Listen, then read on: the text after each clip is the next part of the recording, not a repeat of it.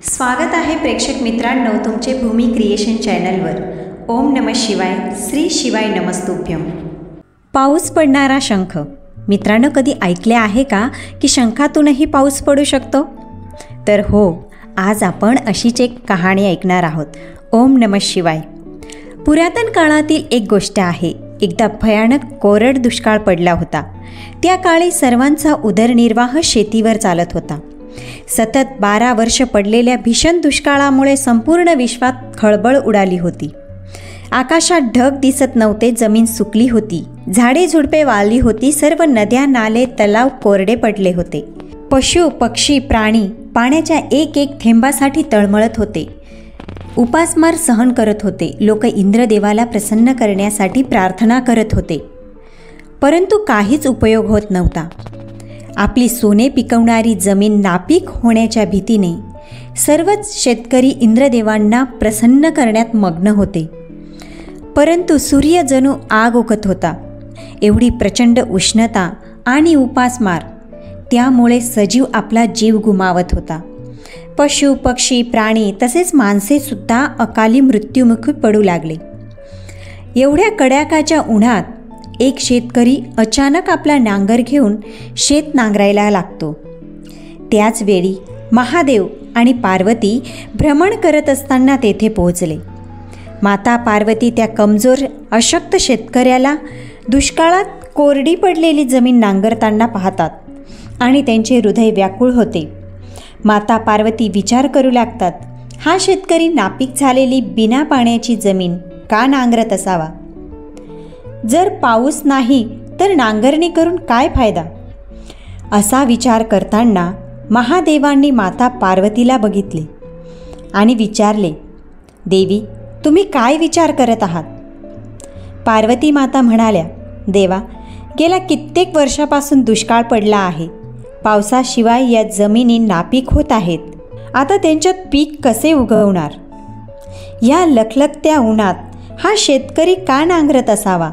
तो स्वतः तर त्रस्त झालाच आहे, परंतु बिचारा मुका प्राणी, तो बैल तहानलेल्या आणि भुकेला, त्याला किती वेदना होत असतील।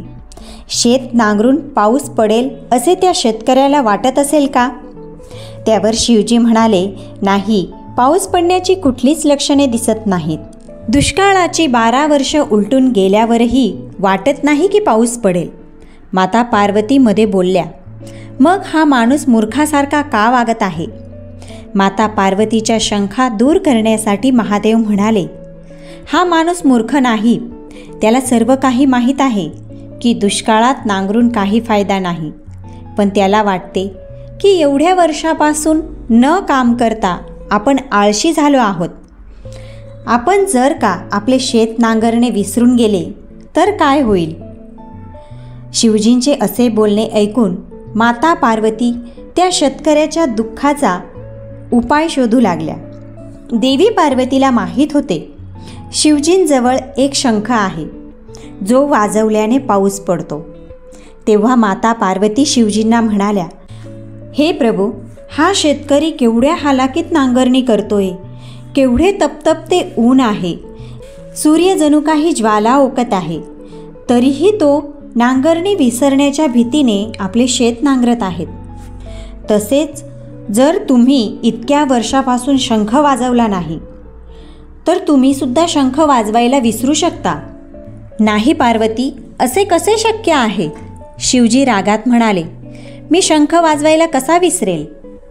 पार्वती पटकन म्हणाल्या, हे का होऊ शकत नाही देवा? इतके वर्ष तुम्ही शंख वाजवला नाही, कदाचित तुम्हीही शंख वाजवायला विसराल। नाही पार्वती, मला शंख कसा वाजवायचा ते चांगलेच माहीत आहे। मी माझा शंख वाजवणे ना विसरलो आहे ना विसरणार आहे।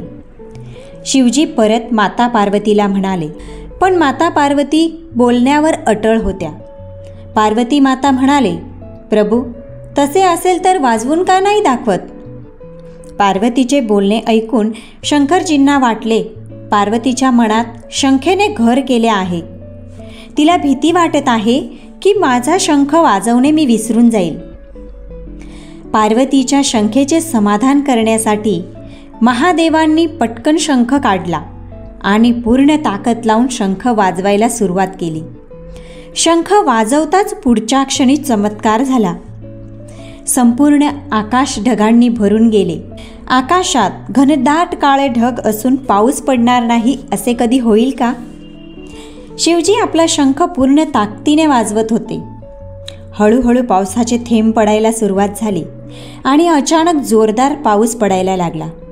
संपूर्ण पृथ्वी पाण्याखाली गेली. पाऊस इतका पडला की संपूर्ण पृथ्वीची तहान भागली.